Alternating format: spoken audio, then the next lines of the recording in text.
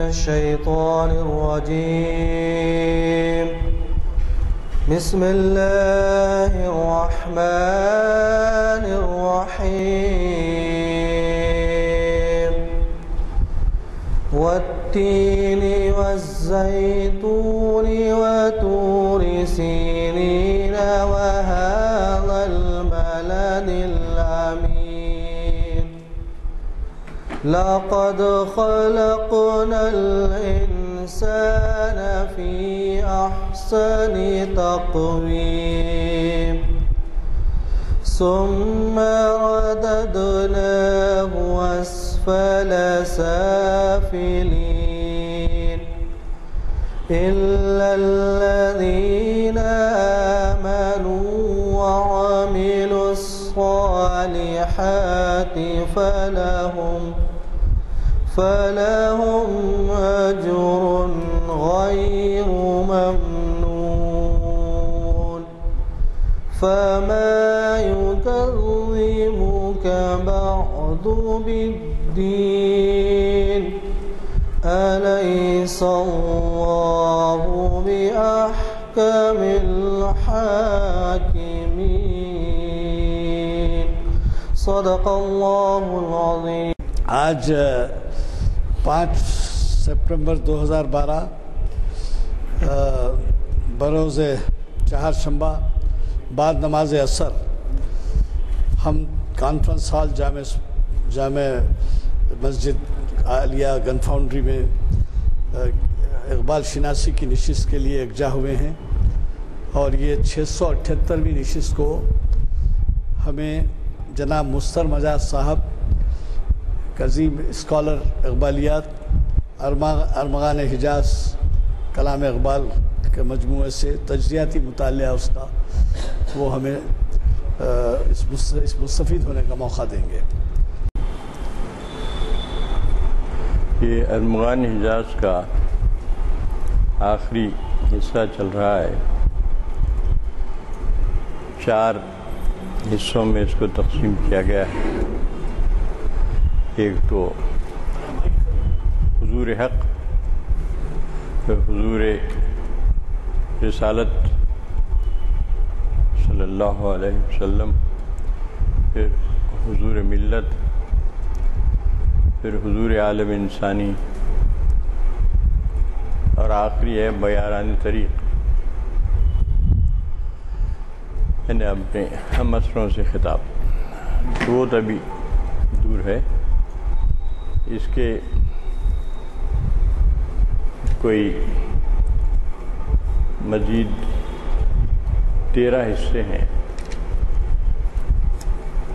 حضور عالم انسانی کے تو اس میں اب 8واں حصہ ہم پڑھیں گے کینٹو، جس کا عنوان ہے دل. دل اقبال کا بہت پسندیدہ مضمون ہے، اور اپنی اولین کتاب اردو سے لے کر ہر جگہ انہوں نے دل کا ضرور ذکر کیا ہے. تو یہاں وہ کہتے ہیں کہ دل کا ایسا بڑا سمندر ہے کہ جس کا کوئی ساحل نہیں ہے، اور نہنگ یعنی مگرمچھ اس کی موج کی ہیبت سے لرزاں رہتے ہیں. اس سیل سے کہ جو بڑے بڑے طوفانوں کو اپنے اندر سمو لیتا ہے، فلک یعنی آسمان بھی اس کے حباب کے مقابلے میں بھی بہت کم تر ہے. دل کی اتنی بڑی عظمت کو بیان کرتے ہیں کہ دل ان بحرست کیوں ساحل نہ برسد. دل ان بحرست کو ساحل، کو یعنی کیوں ساحل نہ برسد، یعنی ورزیدن سے، یعنی ساحل بھی اس کا کوئی ساحل ہی نہیں ہے، نہ بحر ناپیدا کنار ہے، ایک ایسا بحر ہے جس کا کوئی کنارہ ہی نہیں ہے، دل۔ چنانچہ نہنگ یعنی مگرمچھ اس کی ہیبت سے، اس کے موجوں کی ہیبت سے لرزیدہ رہتے ہیں۔ نہنگ از ہیبت موجش بالارصد، یعنی اتنی دل میں اتنی بڑی عظمت ہے اس کی۔ عظم سیلے کے صد ہاموں بگیرت، اس کے ایک سیل سے جو سینکڑوں یعنی طوفانوں کو اپنے گھیرے میں لے لیتا ہے، اس کی کیفیت یہ ہے کہ فلک با یک حباب اون ارزد، کہ جو آسمان ہے وہ اس کے حباب سے بھی چھوٹا ہے۔ اتنی بڑی گویا کہ دل میں طاقت ہے، اتنی بڑی اس کی عظمت ہے، اتنی بڑی اس کی کیفیات ہیں۔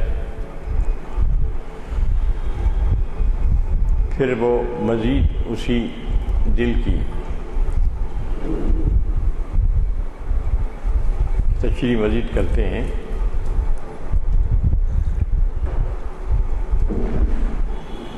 یہ ہمارا دل ایک آگ ہے، اور یہ جو جسم ہے یہ اس کا محض ایک موج دودھ ہے، یعنی اس کے دھوئیں کی ایک موج ہے بس، یعنی اس کی کوئی حیثیت نہیں ہے جسم کی۔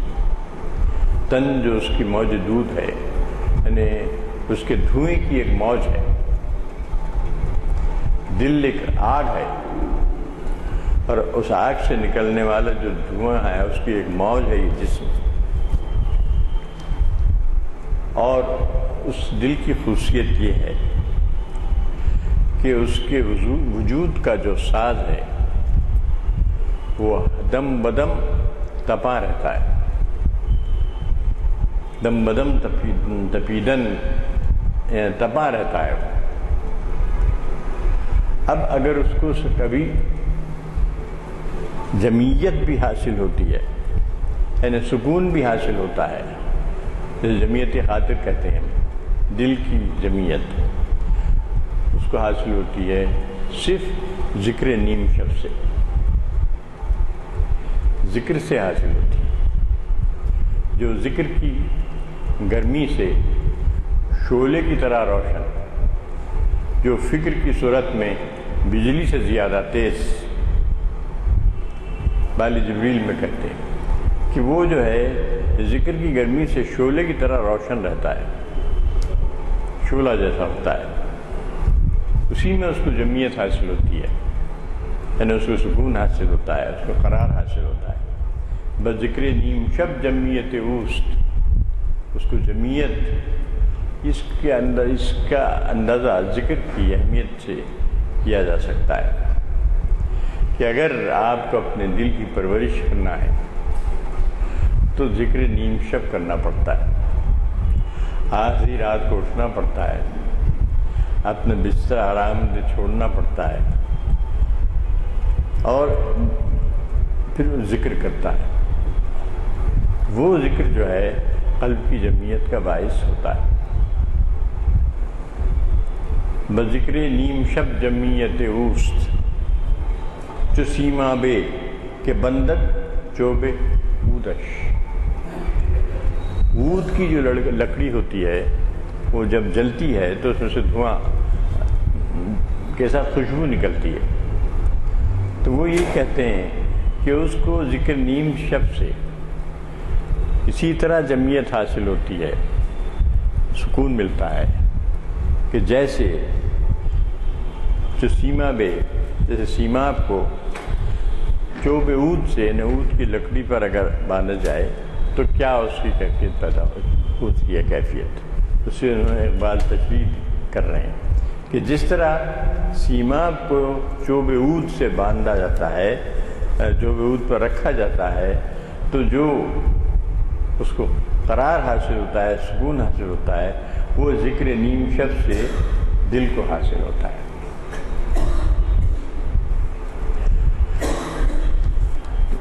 ویسے جو نماز ہے تہجد کی، اس کا ذکر قرآن میں آیا ہے، اور نبی کریم صلی اللہ علیہ وسلم کے سلسلے میں آیا ہے کہ وہ آپ کے لیے تقریباً فرض تھی نماز۔ تو جس قدر ہو سکے ہم ذکر نیم شب، یہاں ذکر نیم شب سے مراد ذکر تو ہے ہی ہے، نماز بھی ہے، کیونکہ نماز کو تو ذکر اللہ اکبر کہا گیا ہے، سب سے بڑا ذکر، تو اس سے جو ہے دل طاقتور ہوتا ہے۔ پھر وہ کہتے ہیں کہ زمانہ جو ہمارا پے بپے دم بدم بدلتا رہتا ہے، وہ دل کے کام کو اپنے پیش نظر رکھتا ہے، کیونکہ مرد درویش جو ہے وہ خود نگہدار ہوتا ہے، یعنی اپنے آپ پہ نظر رکھتا ہے، جو ذکر کی گرمی سے شعلے کی طرح روشن، تو شعلے کی طرح جو روشن ہوتا ہے مرد خود نگہدار، وہ اپنے آپ پر نظر رکھتا ہے۔ تو یہی فقر اور یہی سلطانی ہے کہ جیسے نگہداری کرتا ہے اپنے گوہر کی، اپنے موتی کی دریا، تو دل جو ہے ایک طرح سے جسم کے دریا میں اس کی حیثیت ایک گوہر کی سی ہے۔ جس دریا میں گوہر رہتا ہے، موتی ہوتا ہے، دریا میں موتی یا موج بے بات، ساحل کی سوغات، خارو خس و خاک کا اقبال لگے گا۔ تو دریا میں جو موتی ہے وہ جسم ایک گویا کہ دریا ہے، وہ دریا ایک ٹھاٹے مارتا رہتا ہے، لیکن دل اس موتی کی طرح ہے جو دریا کی تہہ میں اور سکون سے رہتا ہے۔ یہی فقر ہے اور یہی سلطانی ہے۔ زمانہ کار اورا می برت پیش، زمانہ اس کے کام کو اپنے سامنے رکھتا ہے، زمانہ جو دم بدم بدلتا ہے، زمانہ تو ہر وقت بدلتا رہتا ہے، تو وہی کہتا ہے، زمانے میں بڑی اچھی نظم اقبال کی بال جبریل میں، یہاں دگرگوں ہے لمحہ لمحہ، وہاں دگرگوں ہے لمحہ لمحہ، یہاں بدلتا نہیں زمانہ، یعنی یہاں ہمارے پاس مشرق میں زمانہ جو ہے ٹھس ہے، کوئی یہاں پہ انقلاب نہیں آتا، کوئی تبدیلی نہیں آتی، وہاں ہر مرتبہ ایک نیا جلوہ دیکھتے ہیں۔ جیسے قرآن میں بھی کہا گیا ہے کہ اللہ تعالیٰ کی صفت ہے، ہر مرتبہ وہ اپنا ایک نیا جلوہ دکھاتا ہے۔ زمانہ کار اورا می برت پیش، کے مرد خود نگہدار است درویش، کہ درویش جو ہے مرد خود نگہدار ہے، اس کے سامنے زمانہ پیش کرتا ہے اپنے مسائل، اور یہی فقر ہے اور یہی سلطانی ہے کہ نگہداری چو دریا گوہر خویش، جس طرح دریا اپنے گوہر کی نگہداری کرتا ہے، اس طرح آپ کو اپنے دل کی نگہداری کرنا چاہیے۔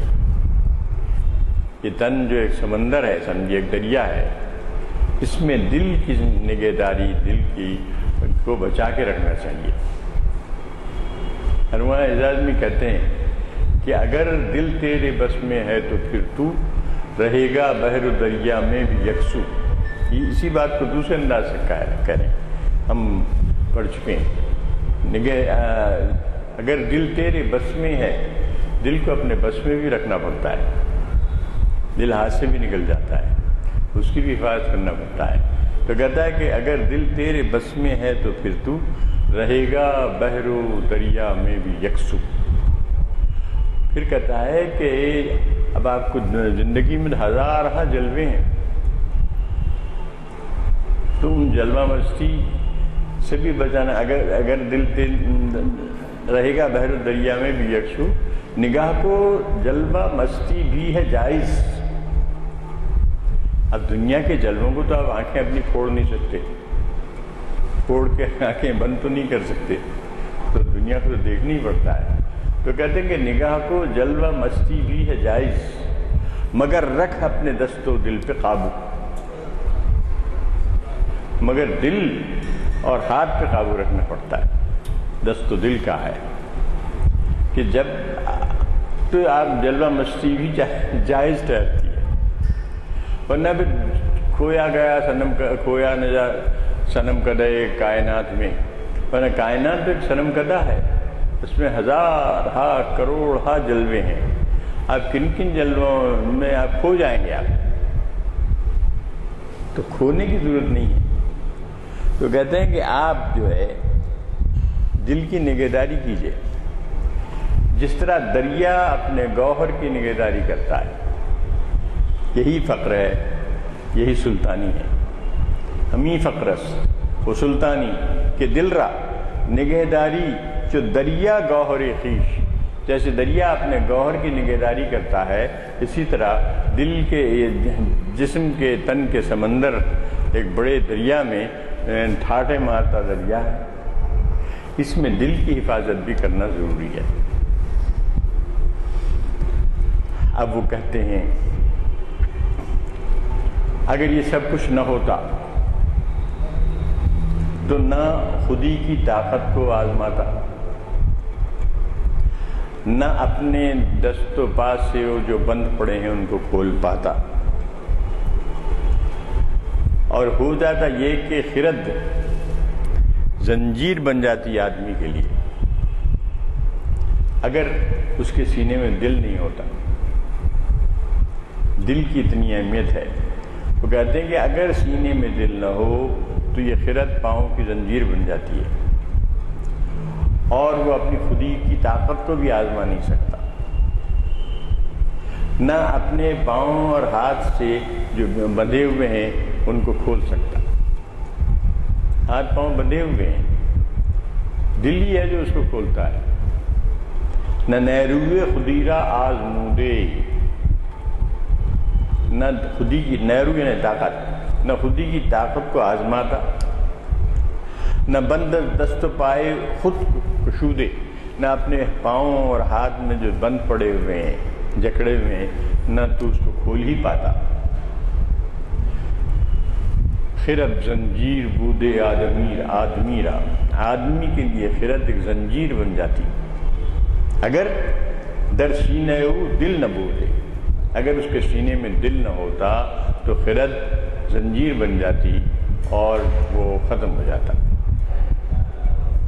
تو اس کو جو منازل طے کرنی ہے، روحانی ہوں یا دوسری منازل ہوں، وہ اسی وقت ممکن ہے جب دل کو آپ آزاد رکھیں، سینے میں دل رکھیں، ورنہ خرد جو ہے آپ کے پاؤں کی زنجیر بن جاتی ہے.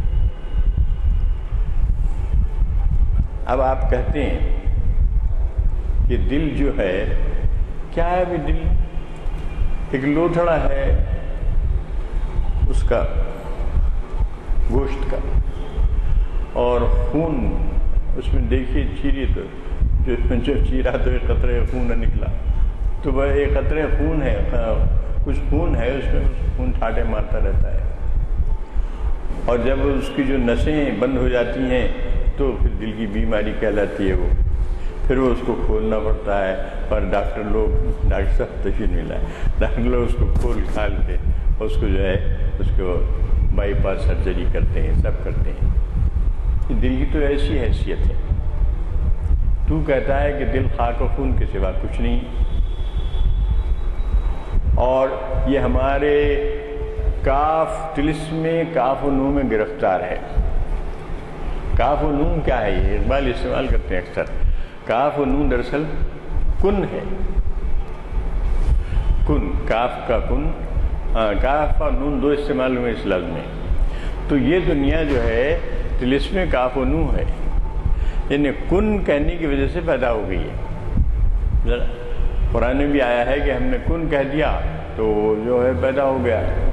عدم سے وجود میں آتا ہے، عدم سے وجود میں آتا ہے، وہ وجود ہی نہیں ہے. جب کن کہا تو وجود میں آ گیا. تو وہی ہے گرفتار طلسم کاف و نون است، تمہیں گوئی کہ دل از خاک و خون است. آپ تو کہتے ہیں کہ دل خاک اور خون ہے، اور اس کاف و نون کی جو دنیا ہے جو کن کہنے سے پیدا ہوئی ہے اس میں گرفتار ہے. نہیں، ایسا نہیں ہے. اب اس کی وضاحت کرتے ہیں کہ ہمارا دل اگرچہ ہمارے سینے کے اندر ہے، بڑا محفوظ رکھا گیا ہے اس کو. اوپر سے جو یہ پسلیاں لگائی گئی ہیں مضبوط قسم کی، تو اس پسلیوں کے اندر اس کو مضبوط رکھا گیا ہے. گر جائے آدمی ہوتا ہے، اس کو کچھ نہیں ہوتی، کوئی خاص صدمہ نہیں ہوتا. دل ماں گرچہ اندر سینہ ماست، ہمارا دل اگرچہ ہمارے سینے کے اندر ہے، ولیکن نز جہان ماں برون است، لیکن ہماری اندر نہیں ہے، وہ اس سے باہر ہے.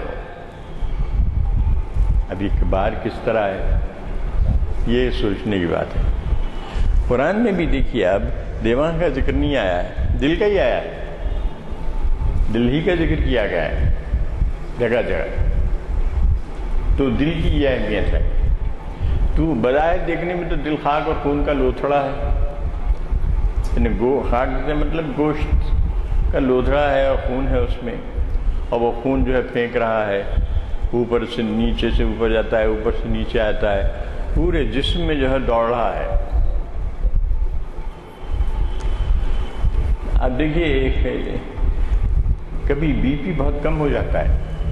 مجھے اس کا تجربہ ہوا کہ بی پی ایک دم لو ہو جاتا ہے بعض وجوہ سے، یعنی بعض دوا کی وجہ سے ہو جاتا ہے. تو چکر کھا کے گر جاتا ہے آدمی. مجھے اس کا تجربہ ہوا. تو اس وقت کیا ہوتا ہے کہ جو گردش ہے خون کی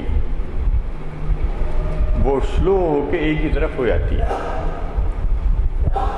تو ایسے موقع پہ کہتے ہیں کہ آدمی کو لٹا دینا چاہیے.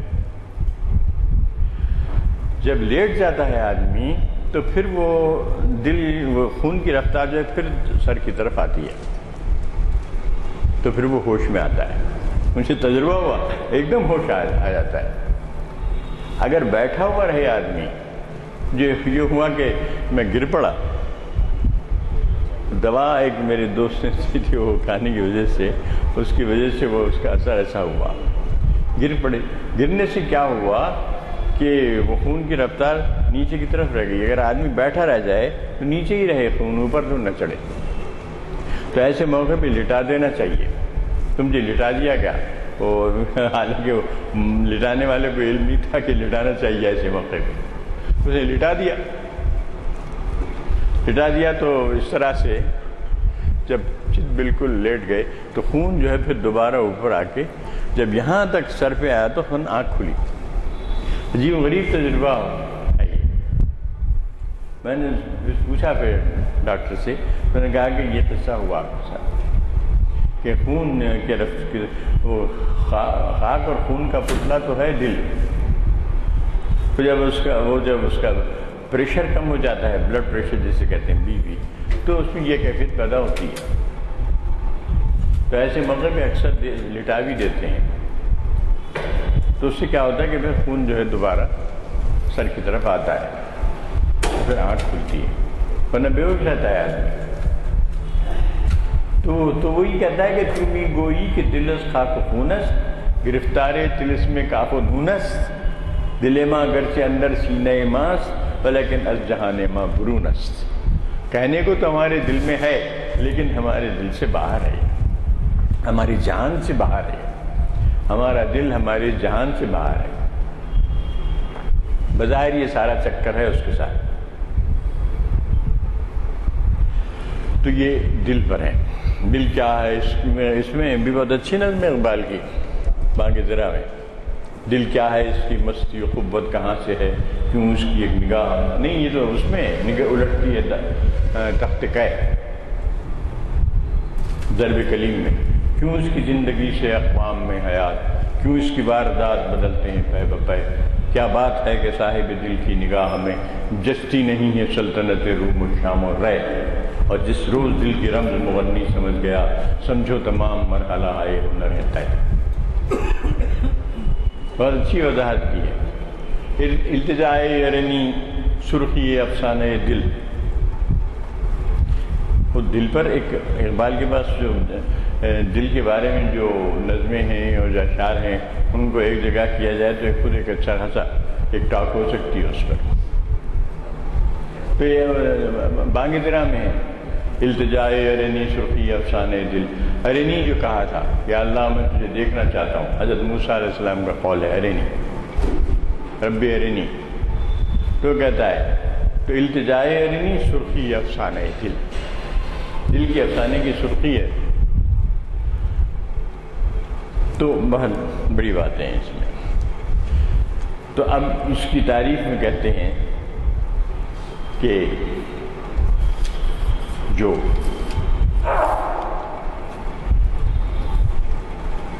یہ جہان مہر و ماہ ہے آپ کا، سورج اور چاند اور ستارے اور یہ ساری دنیا، اب تو ایک انسان تو مریخ پہ بھی اپنے پیر رکھنے جا رہا ہے، وہاں پہ ایک گاڑی تو پہنچ گئی ہے، وہاں سے پیغامات بھی آ رہے ہیں، یہ سب کیا ہیں؟ وہ کہتا ہے جہان مہر و ماہ زناری اوست، اس کے زناری ہیں، اس کے نام کی مالا جپتے ہیں، مہر و ماہ اس کے نام کی مالا جپتے ہیں، دل کے نام کی مالا جپتے ہیں، کشاد ہر گرہ الزاری اوست، یعنی اس کے رونے سے ہر گرہ کھل جاتی ہے، کشاد ہر گرہ الزاری اوست، اس کے رونے سے دل کی ہر گرہ کھلتی ہے۔ اب پھر وہ کہتے ہیں کہ ہندوستان کو، ان کے زمانے میں تو ہندوستان سو رہا تھا، اقبال کے زمانے میں غلامی میں گرفتار تھا، جس کو سونے سے تعبیر کرتے ہیں۔ وہ کہتے ہیں کہ پیامی دہ زمن ہندوستان را، ہندوستان کو میرا یہ پیام پہنچا دو۔ کیا پیام ہے؟ غلام آزاد از بیداری اوست، اس کی بیداری سے غلام آزاد ہو جاتا ہے۔ دل چونکہ پوری ملت کا، پوری قوم کا دل سو رہا ہے، اس لیے ہندوستان غلامی کی زندگی بسر کر رہا ہے۔ تو کہتے ہیں کہ میرا پیام بھی ہندوستان کو دے دو کہ غلام اس کی بیداری کے ساتھ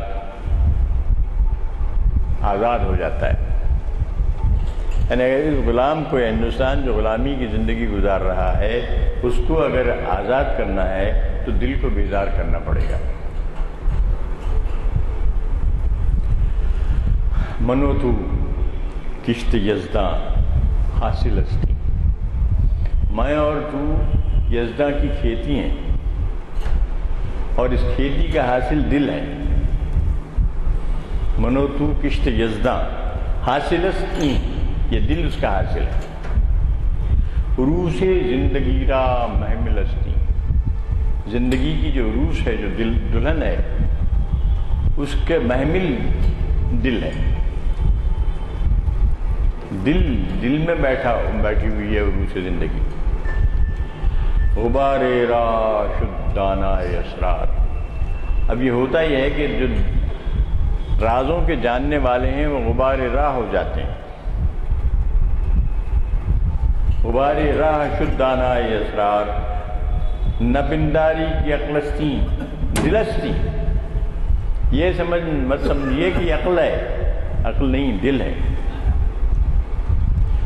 جو کہتے ہیں کہ کشت یزداں ہے، کھیتی ہے، ہمارا جسم جو ہے وہ اصل میں کھیتی ہے، کشت یزداں اللہ کی کھیتی ہے، اور اس کا حاصل جو ہے وہ دل ہے۔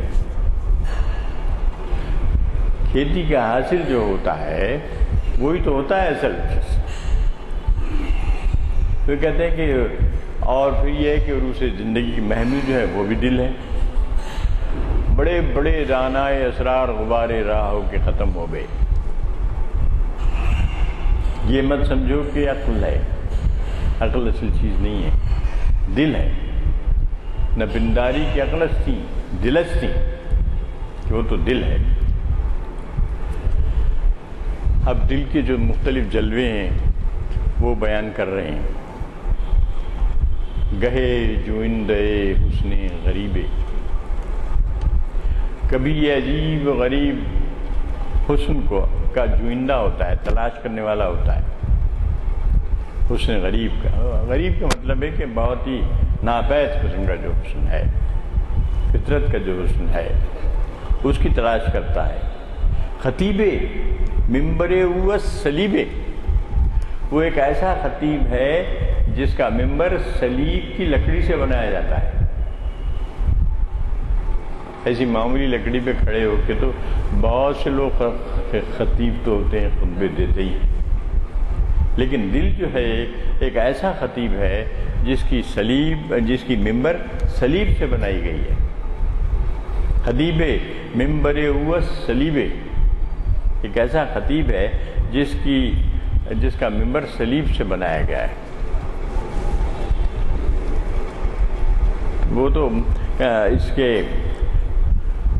ممبروں پہ جو خطاب کرتے ہیں ان کے بارے میں کہا ہے، بہت کچھ کہا ہے، ہمارے شاعروں نے بہت کہا ہے، حافظ نے بہت درست کہا ہے کہ بہت دلچسپ شعر ہے حافظ کا کہ میرے لیے یہ اتنا تقویٰ کافی ہے کہ میں ممبر پر کھڑے ہو کر ناز و کرشمہ نہیں دکھاتا۔ این تقوام بسست کہ چوں زاہدان شہر، ناز و کرشمہ برسر ممبر نمی کنم۔ میرے لیے یہ تقویٰ کافی ہے کہ میں ممبر پہ کھڑے ہو کر زاہدان شہر کی طرح جلوہ نہیں دکھاتا۔ لیکن یہ معمولی ممبر کی بات نہیں ہے، یہ کہتے ہیں کہ خطیبی ممبر اوس سلیبی، وہ ایک ایسا خطیب ہے دل کہ جس کا ممبر سلیب کی لکڑی سے بنایا گیا ہے۔ اور پھر اس کی کیفیت یہ ہے، گہے سلطان با خیل و سپاہی، کبھی اس کے ساتھ خیل اور سپاہ ہے، بڑا لشکر ہے اور سپاہی ہیں اس کے ساتھ۔ ولی گہی سلطان بے خیل و سپاہی، ولی از دولت خود بے نصیبے، لیکن اپنی دولت سے بے نصیب ہے، یعنی دل کی دولت سے۔ آپ حسن غریب بھی جوئندہ ہیں اور ممبر بھی، ان پہ بھی آپ جلوہ فرما ہیں، لیکن یہ ممبر وہ نہیں ہے جو سلیب سے بنایا جاتا ہے۔ سلیب سے تو ظاہر ہے، لیکن گہی سلطان با خیل و ولی از دولت خود، بنے دولت کی اپنے دولت سے بے نیاز ہے، ان دولت سے مراد دل کی دولت۔ سلطان خیل و سپاہ ہیں، آپ کے پاس بڑی طاقت ہے اور بڑی حکومت ہے، بڑی سپاہ ہے، فوج ہے۔ آج کل تو فوجوں کا تو بڑا مقابلہ ہو رہا ہے نا بھائی، آپ کے پاس اتنے ایٹم بم ہیں، ان کے پاس اتنے ایٹم بم ہیں، سب ہو رہا ہے۔ ولی از دولت خود بے نصیبی، لیکن اپنے دل کی دولت سے بے نصیب ہے۔ پھر کہتا ہے کہ جہان دل جہان رنگ و بو نیست، یہ جو جہان رنگ و بو ہے یہ جہان دل نہیں ہے۔ رنگ و بو کا جہاں ہے، آپ دیکھیں کتنے رنگ اور کتنے وہ ہیں، حیرت ہوتی ہے کہ آپ ایک پھول کو دیکھیے تو ایک پھول کا مضمون ہو تو 100 رنگ سے باندھوں، جو کہا انیس نے، تو 100 رنگ کے پھول بھی ہیں، ہزاروں رنگ کے پھول ہیں، اور رنگ ہے اور بو ہے اس میں، ہر پھول میں ایک نئی خوشبو ہے، لیکن جہان دل جو ہے وہ جہان رنگ و بو نہیں ہے۔ درو پستو بلندو کاخو کو نیست، اس میں پست اور بلند اور ایک کاخ، محل اور کوچے، یہ سب نہیں ہے اس میں۔ درو پستو بلندو کاخو کو نیست، زمینوں آسمانوں چار سو نیست، اس میں زمین ہے نہ آسمان ہے نہ چار سو ہے، 400 تو یہیں تک ہے، وقت کا بھی جو ہے مرحلہ یہیں تک ہے، زمین کی حد تک ہی ہے. اس کو سیریل ٹائم کہتے ہیں. سیریل ٹائم ہے تو صرف زمین پر ہی ہے سیریل ٹائم. آپ زمین سے اوپر چلے جائیں تو پھر آپ کا سیریل ٹائم ختم ہو جاتا. تو زمینوں آسمانوں 400 نیس، اور پھر اب کیا ہے باقی؟ جہاں میں جہاں نہ رنگ و بو ہے، نہ پست و بلند و کاف و کو ہے، نہ زمین و آسمان و 400 ہے، تو پھر کیا ہے؟ کہتے ہیں کہ دری عالم بجز اللہ نیست. اس عالم میں اگر کچھ ہے تو بس وہ اللہ ہے. تو دل کی مدد سے، عقل کی مدد سے نہیں، دل کو پکڑ کے چلیں، دل کے راستے پہ چلیں، تو آپ کو یہ سب اللہ جو اس جہان میں ہے اس تک رسائی ہو سکتی ہے. پھر کہتے ہیں کہ نگاہ جو ہے وہ دید لے کر آئی، دیکھ سک رہا ہے، دید لائی، دیدار کی دولت ملی اس کو، دیکھنے کی دولت ملی اس کو. اور خرد، عقل، فہم، شعور، یہ کیا ہے؟ یہ جو ہے خرد پیمانہ، وہ پیمانہ لے کر آئی ناپنے کے لیے. ناپتی رہتی ہے خرد، فاصلے ناپتی ہے کتنا ہے.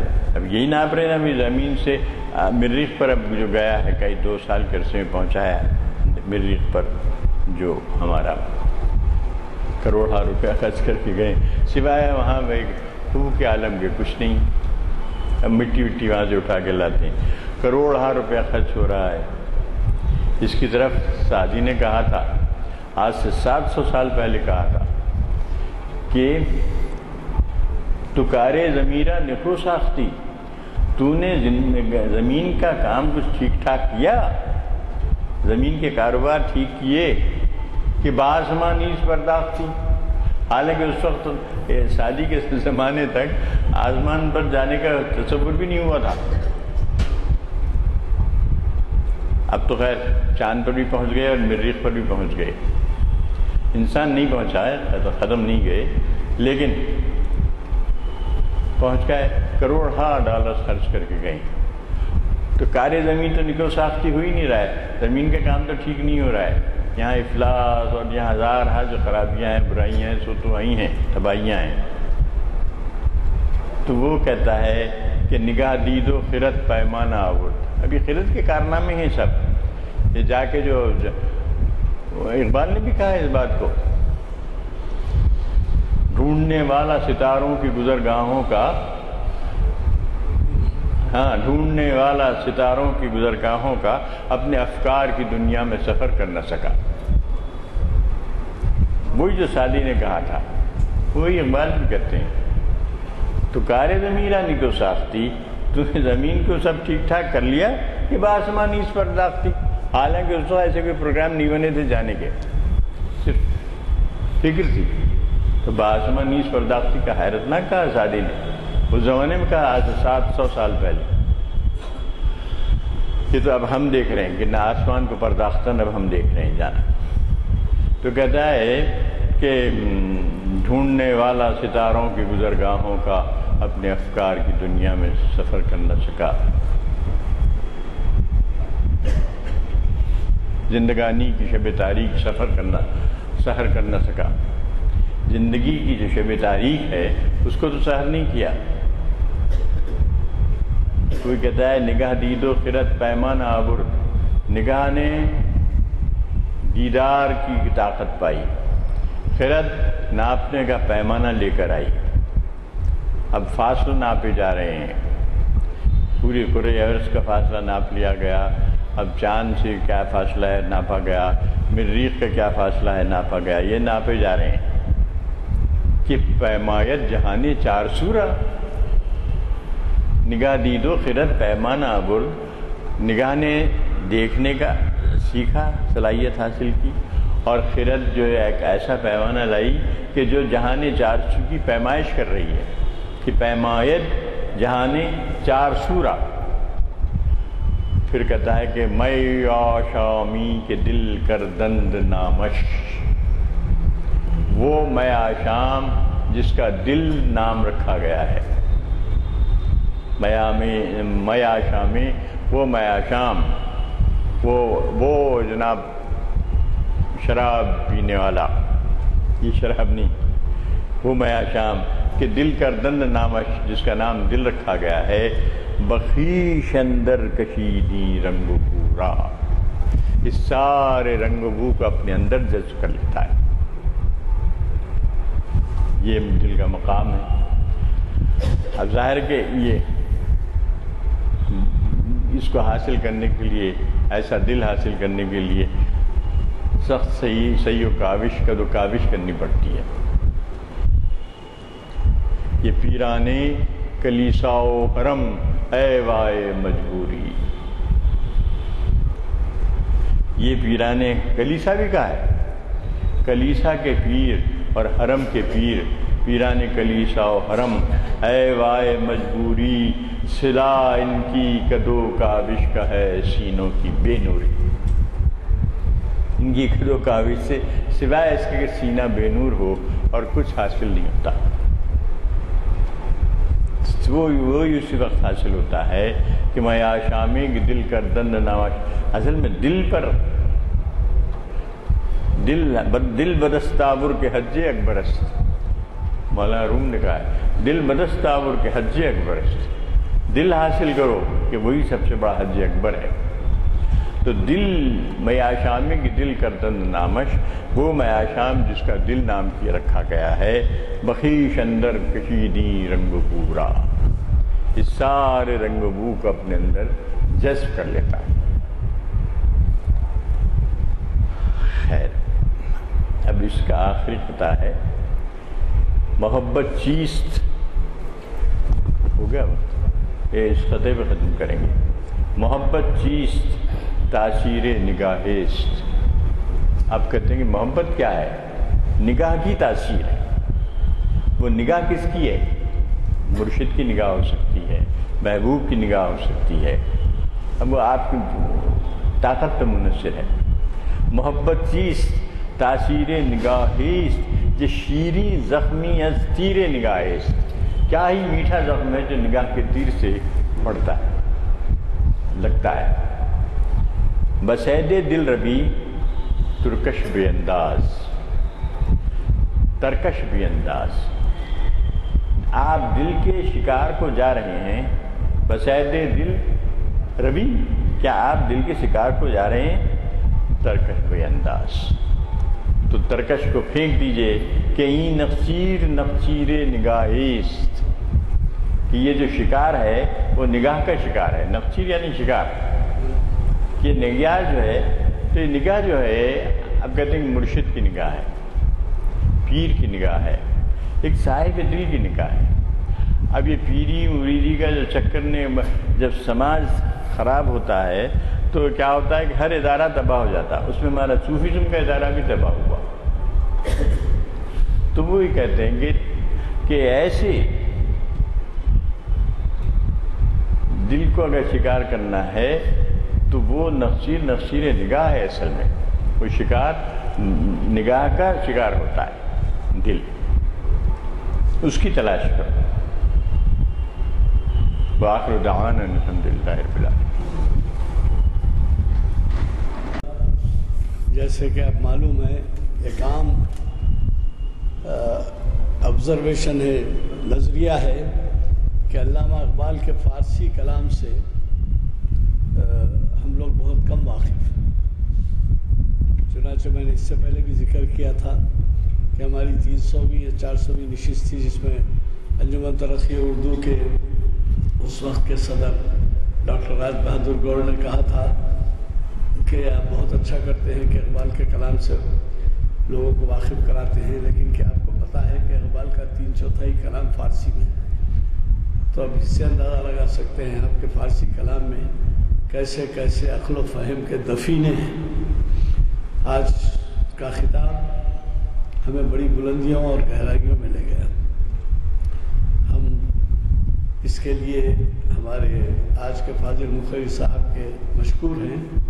آپ کو پتہ بھی ہوگا کہ انہوں نے اقبال کے فارسی کلام کا اردو میں ترجمہ کیا ہے اور وہ دنیا بھر میں اس اپنے کارنامے کی وجہ سے شہرت رکھتے ہیں. بڑی خوشی ہے کہ آج انہوں نے ہمیں اپنی صلاحیتوں سے پچھلے نشستوں کے مطابق استفادے کا موقع دیا. یہ دل اور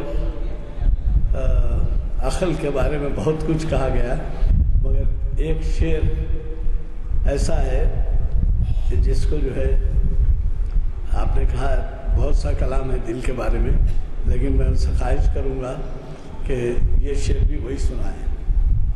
تنہا چھوڑ دے لیکن کبھی وہ یوں ہے نا، بڑا مشہور شعر ہے وہ اقبال کا.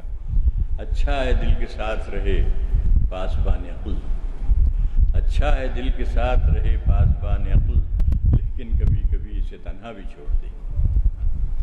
کو جناب محمد انور خان صاحب کا حال قبل خطبہ جمعہ یعنی پرسوں ہوگا، اور پھر تاریخ کعبۃ اللہ، یہ بہت ہی اہم عنوان ہے. پروفیسر سید جہانگیر ہمارے ابوالکلام آزاد یونیورسٹی کے پروفیسر ہیں. وہ جو ہے یہاں کے لینگویجز کے لینگویجز ممکن ہو وہ آڈیو ویڈیو، خیر وہ آڈیو ویڈیو کے ساتھ اور بھی لوگ تیار کریں. میں ان سے خواہش کروں گا کہ اگر وہ ہو سکے تو آڈیو ویڈیو سہولت کے ساتھ پیش کریں تاریخ کعبۃ اللہ. اس سے پہلے میں سمجھتا ہوں ہمارے یہاں بعض مقررین نے اس کو پیش کیا ہے. اور پھر اس کے بعد تکلفات شریعت کی روشنی میں، یہ جو ہے آپ کے جانے پہچانے مقرر پروفیسر سید راشد نسیم ندوی صاحب ہمیں شریعت انفارمیشن سروس کی 456ویں نشست کو مخاطب کر رہے ہیں پیر کے دن 10 سپٹمبر. یعنی آپ کو پہلے جو بتایا 8 سپٹمبر کو ہے، یہ 10 سپٹمبر کو ہے. اور پھر اس کے بعد آپ ہی کے جانے پہچانے نامور اسکالر ڈاکٹر عقیل ہاشمی اگلے 4 شنبے کو ہمیں ایک بہت ہی اہم عنوان سے مخاطب کر رہے ہیں. نظم علامہ کے کلام میں حضرت بلال کا تجزیہ.